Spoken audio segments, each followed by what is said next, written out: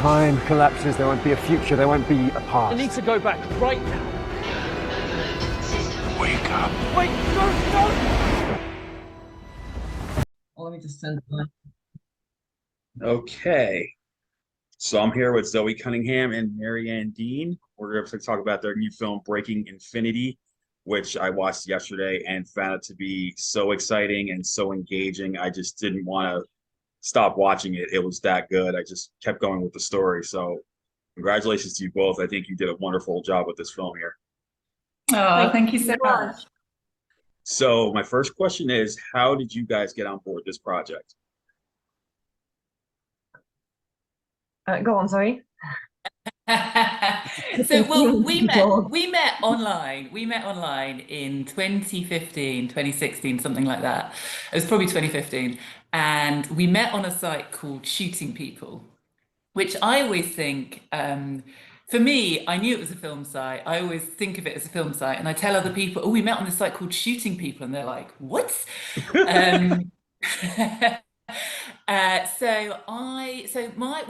My background originally is that I'm a technologist, and then in like a computer programmer was my first job after university.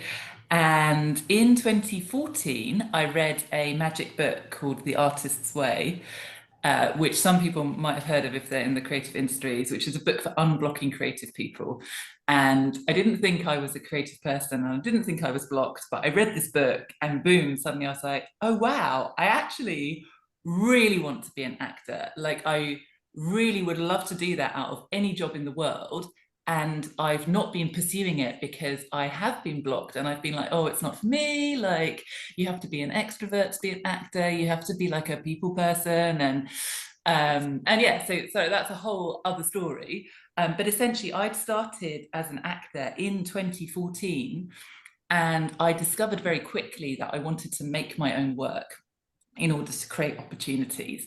Partly because it is so super hard just to get opportunities as an actor, and partly because I'm not really the kind of person, I don't find sitting waiting for the phone to ring very enjoyable. I would much rather be dynamic. So I'd acquired a script. I'd met a scriptwriter at a networking event and said, hey, have you got any short films I could make? I'd got this really good script. And then Marianna posted on Shooting People, oh, I'm a director. I'm looking to make my first drama. Has anyone got a good script? And I was like, yes.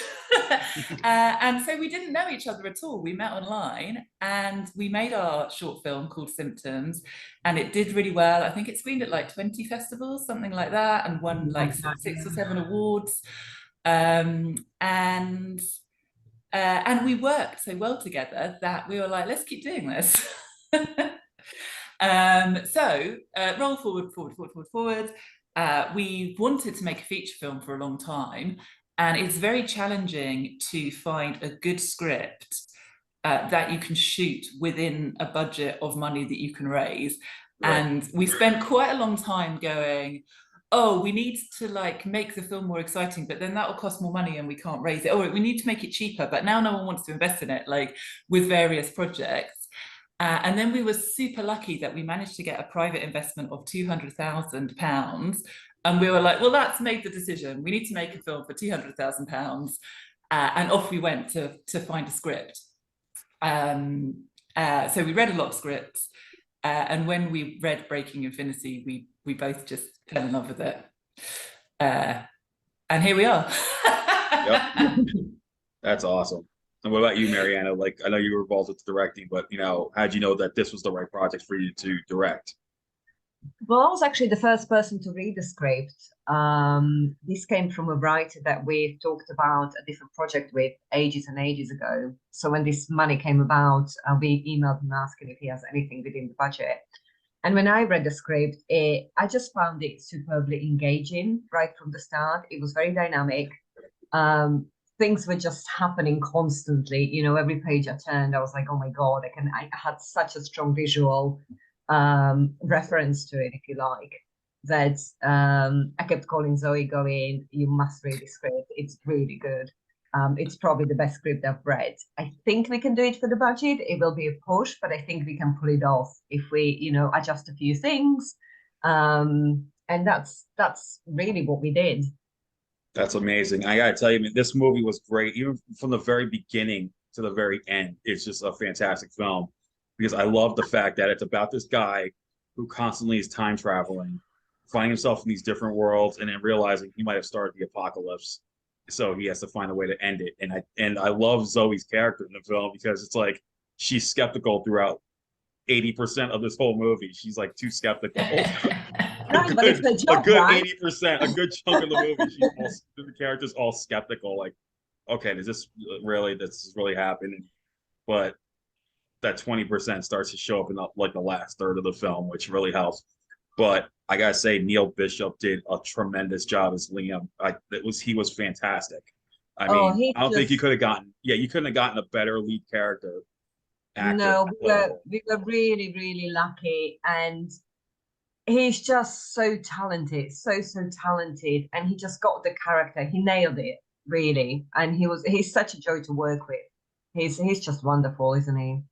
Yeah, I mean, talented and also dedicated. So I think that we're in an industry where people talk a lot about talent and they talk a lot about overnight success.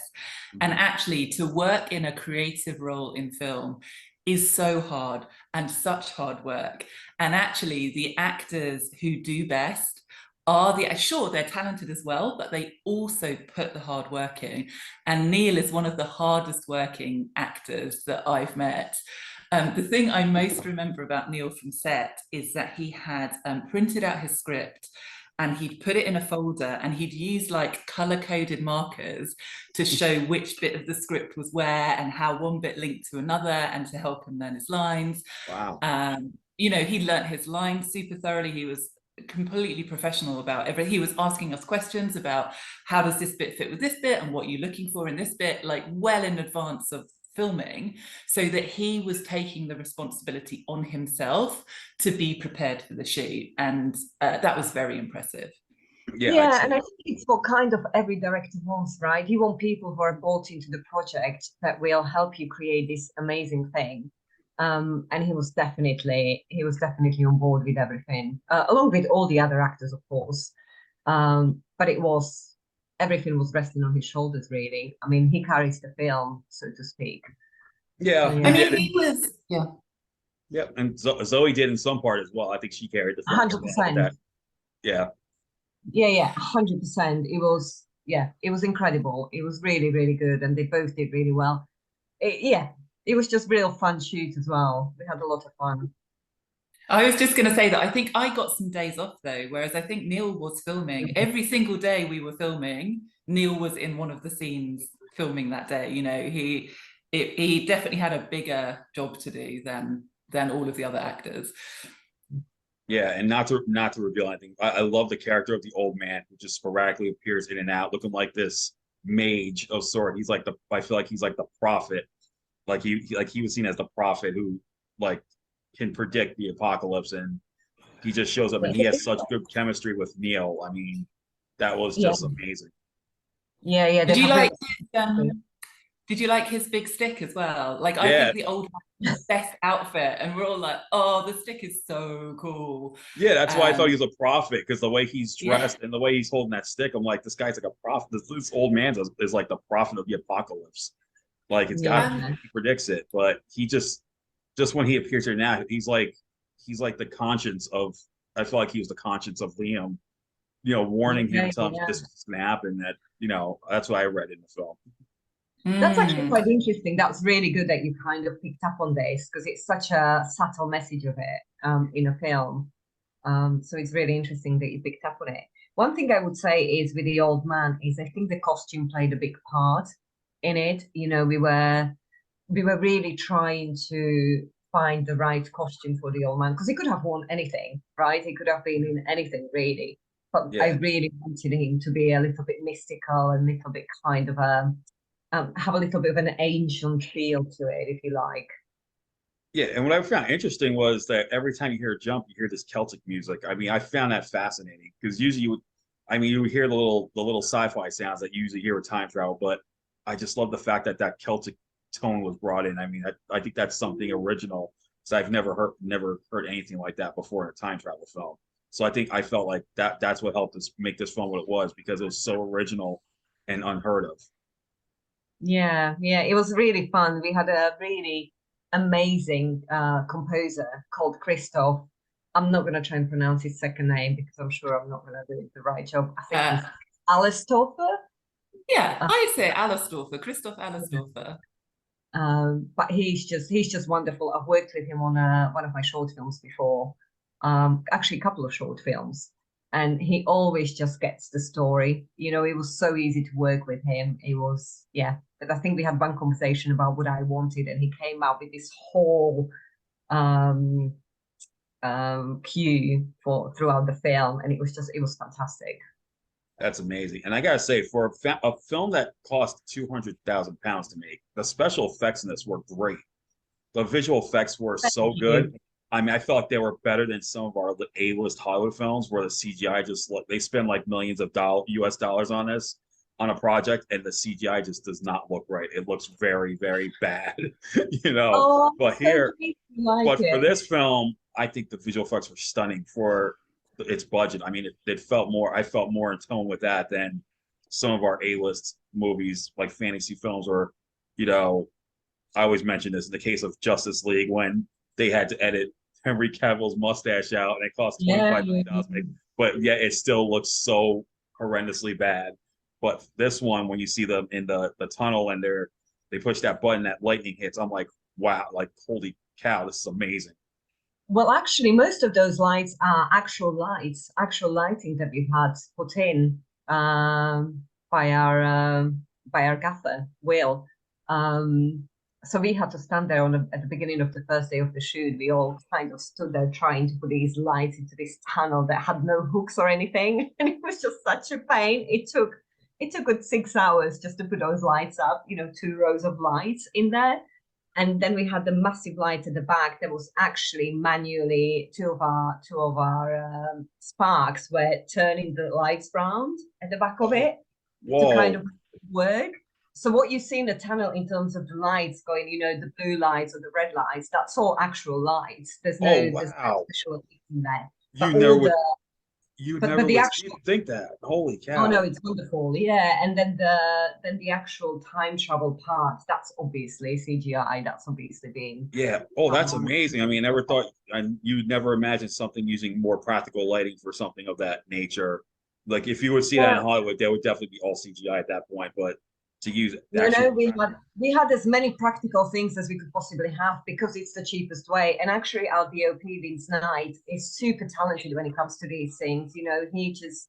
We talked about what we wanted, and he was like, "Okay, well, I can do this and I can do that," and it all just worked perfectly, really. And him and his team just made it work.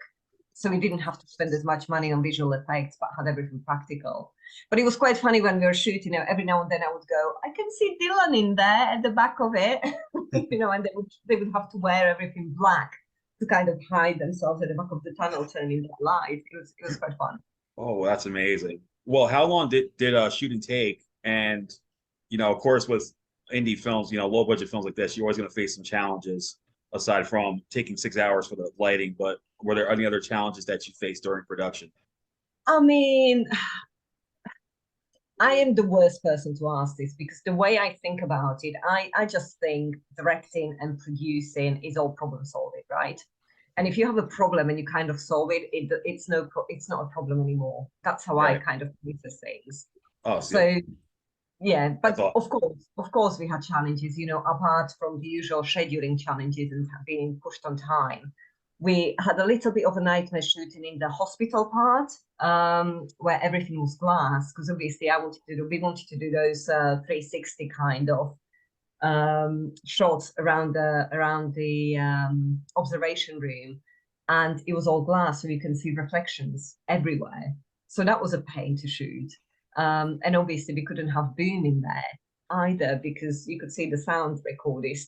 Yeah. So those were kind of the minor challenges we were facing all the time. And also, I just remembered, I'd forgotten about this. We haven't mentioned this on any other interview, so this is your exclusive. But our production designer was actually hospitalized because she ran into one of the glass doors. Oh wow. Wow. And that, obviously, luckily, she was okay, She was and fine, you know she's they fine. checked her out, and she was fine.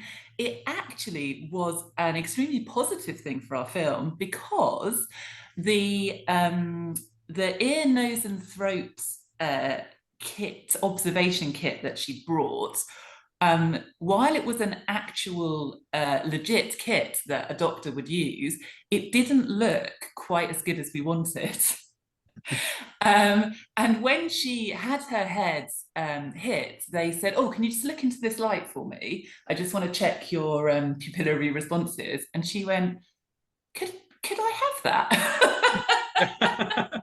And she acquired, so the little light you see me shining into Liam's eyes in the film was actually obtained by our production designer from a Oh, wow. hospital From the after hospital. her own accident. That's amazing. Yeah. And how long did shooting take altogether? The shoot was 18 days. Okay. So it was quite quick in 3 different locations across UK. So we were at the east side of UK for the first 6 days. Then we had to go a little bit further south, maybe a couple of hour drives for another 4 days, and then we went across to the west side to Wales, to Snowdonia for the last few days. So it was quite a hectic schedule, really, all over the place. But we managed it, and yeah, we managed it really well. But it was ambitious, certainly, for the Oh, budget we had. well, yeah. I mean, I think overall, I mean, this was a great film. I think you ladies did a great job on this film, seriously, because Thank you. from the moment we meet Liam, you're just gonna start and seeing him start with his few time jumps. I think everyone's gonna start just getting engaged in it and just get into the story. And there was some nice little twist along the way. Like I wasn't expecting, like towards the end, I wasn't expecting what happened, and I was just like, my jaw dropped, and I saw the big twists, and I'm like, oh my gosh, like, Oh, okay, I'm see, so this is, pleased. This I is think, great. like, we need more films like that. We need more films like where it's just like everything's not too predictable. I mean, this was totally unpredictable the way everything came out, and I think that's what helps make the movie what it was. Yeah, well, I'm so pleased because that's really the aim. That's exactly what we want people to feel once they've watched the film. So I'm really pleased you liked it. How's the It's reception? also, Yeah, how's the reception? Like did you guys release it in like festivals, and how was that reception? so we just had our first festival screening. I've just got back this weekend from the Boston Sci-Fi Film Festival. And that was, so I think that one of the things that's really helpful for us in terms of marketing this film is that I think that we know who the audience is. We know who the kind of people are who are going to enjoy watching this film.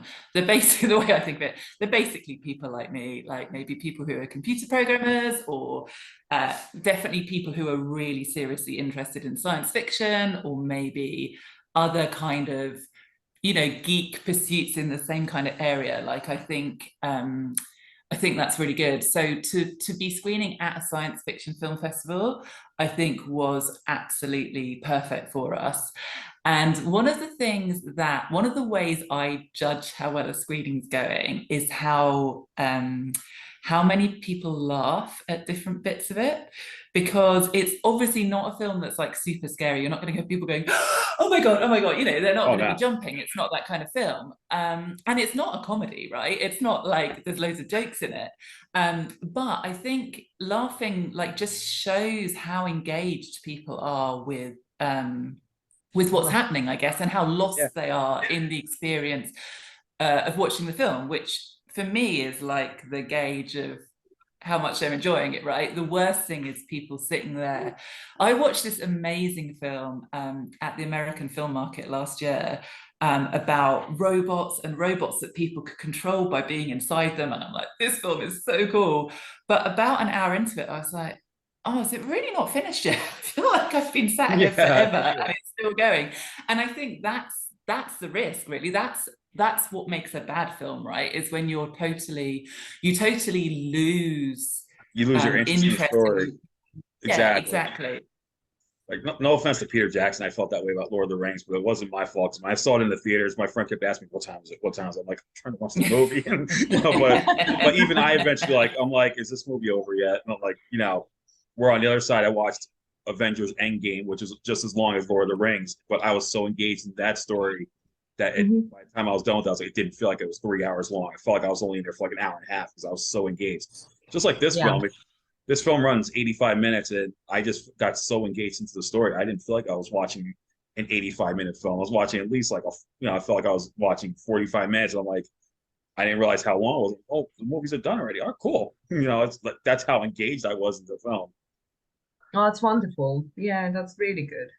We didn't want to make it too long either. We kind of wanted to have it perfect length, so it ends at a sweet spot, really. Yeah, and I think all the, like I said, all the twists and everything, it really drives the story. And also helps, like I said, it was the chemistry between the actors. And Zoe and Neil like knocked it out of the ballpark, in my opinion. They did a great job. Yes, I'm very proud.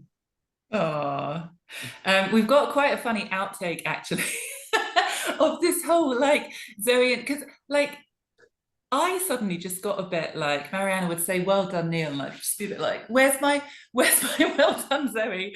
And there's one scene where we're sitting in the back of the car scene.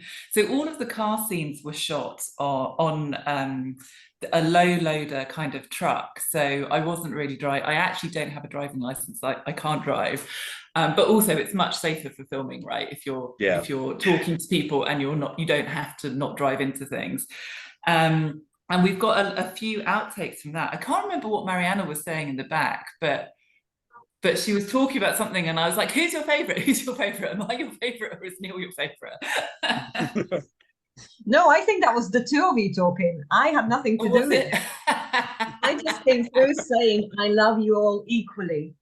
It's funny. I'll tell you this little funny story. I just talked to the director last week, Colin West, and he just did his first feature film too.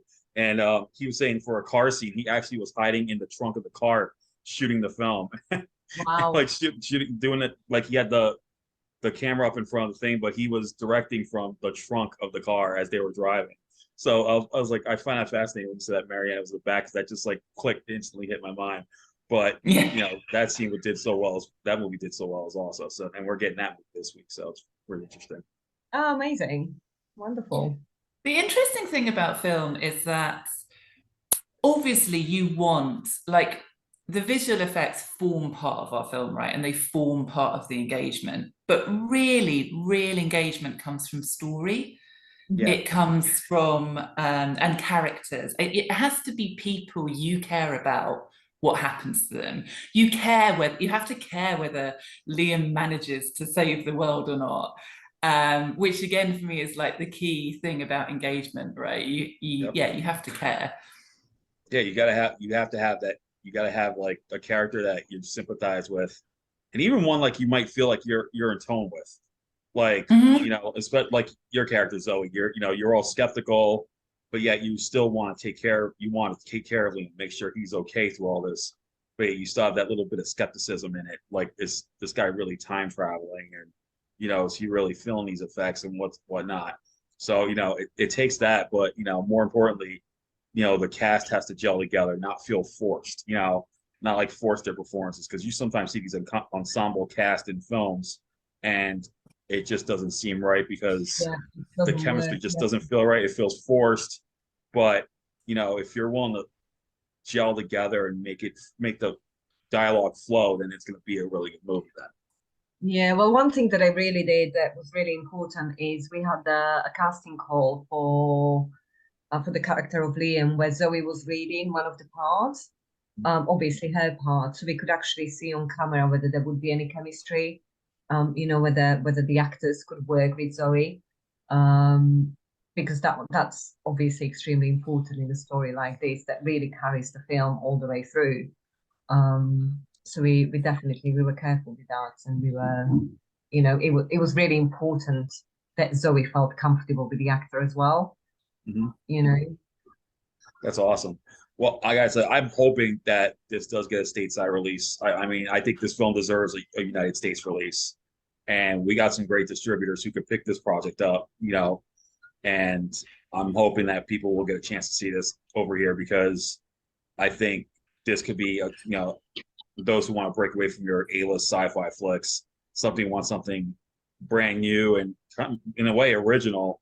I think they're going to want to see this movie. That's my opinion. I put this high on my recommendations list for good films coming out.